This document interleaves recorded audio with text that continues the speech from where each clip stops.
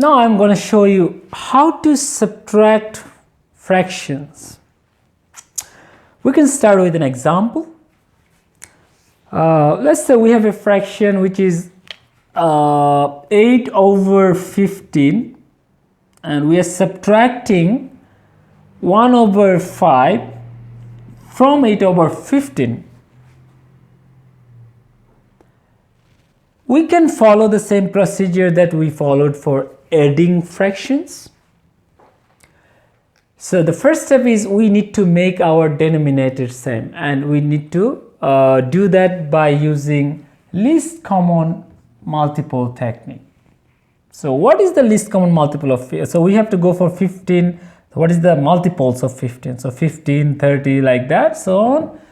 And for 5, what is the multiples? If you remember, it is just you need to multiply by 1, 2, 3, and so on. So 5 times 1 is 5, 5 times 2 is 10, 5 times 3 is 15. So now you can see that 15 is the minimum value that are common with each other. So now 15, we have already 15, so we don't need to do anything in here. But for the second fraction, we need to multiply by 3 because 5 times 3 is 15. So we are multiplying by 3 to make it 15. So in order to do that multiplication, we have to also multiply on the top as well in order to keep the value same. So we can't change the value of the fraction. So now you can see that we have 15 and 15 here. So 8 over 15 minus 3 over 15.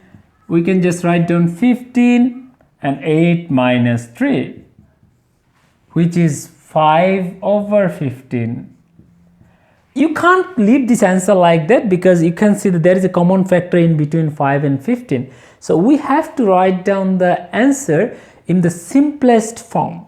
So always whenever you see the fraction, you have to keep the answer in the simplest form. Now, what you can do, you can divide by 5. So if you want, you can show like that. You are dividing both sides by 5, because when you are working with the fraction, we are allowed to multiply or divide the denominator and numerator with the same number. So here in this case, we are dividing to get the simplest form.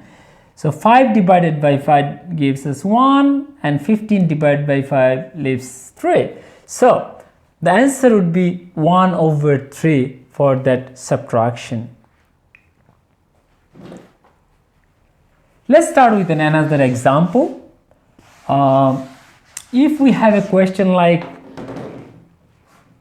2 5 over 9, so I'm taking the mixed number because most of the time the mixed number students get confused. But I would say it's the same way you can do.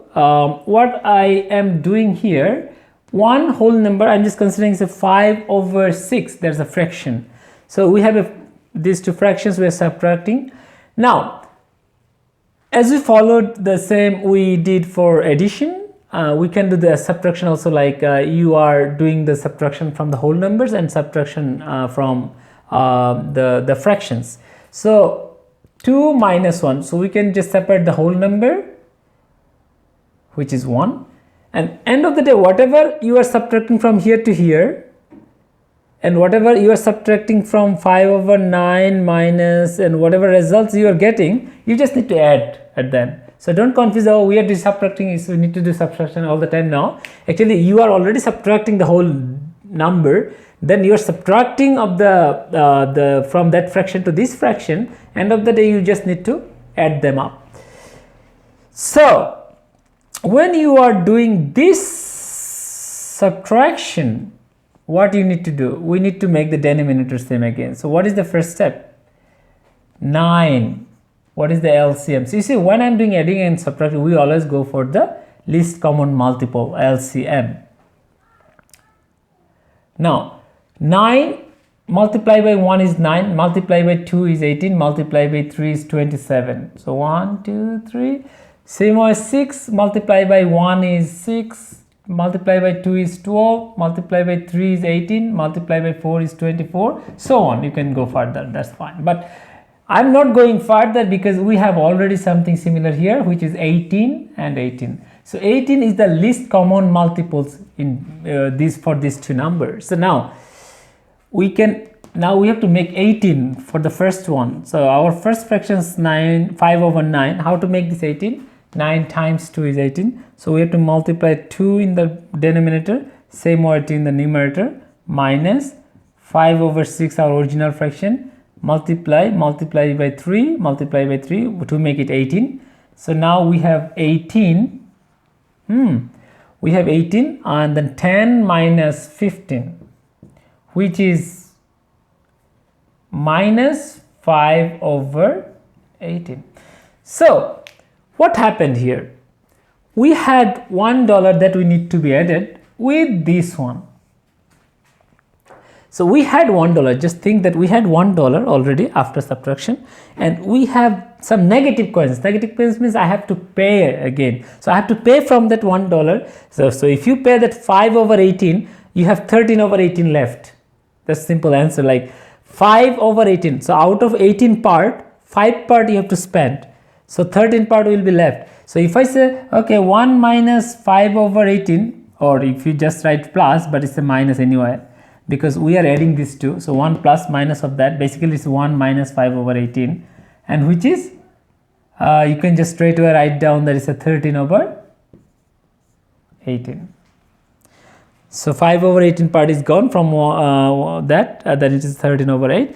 If you want to do the whole process, you can just write down this 1. Instead of 1, you can just write down 18 over 18 minus 5 over 18. Why? Because this 18 over 18 means 1. But we are writing in this way because we need to make the denominator same as we are always doing for subtraction or addition. So now it's 18 minus 5, which gives us 13 over 18. So both is okay, but this is the final answer for doing this subtraction.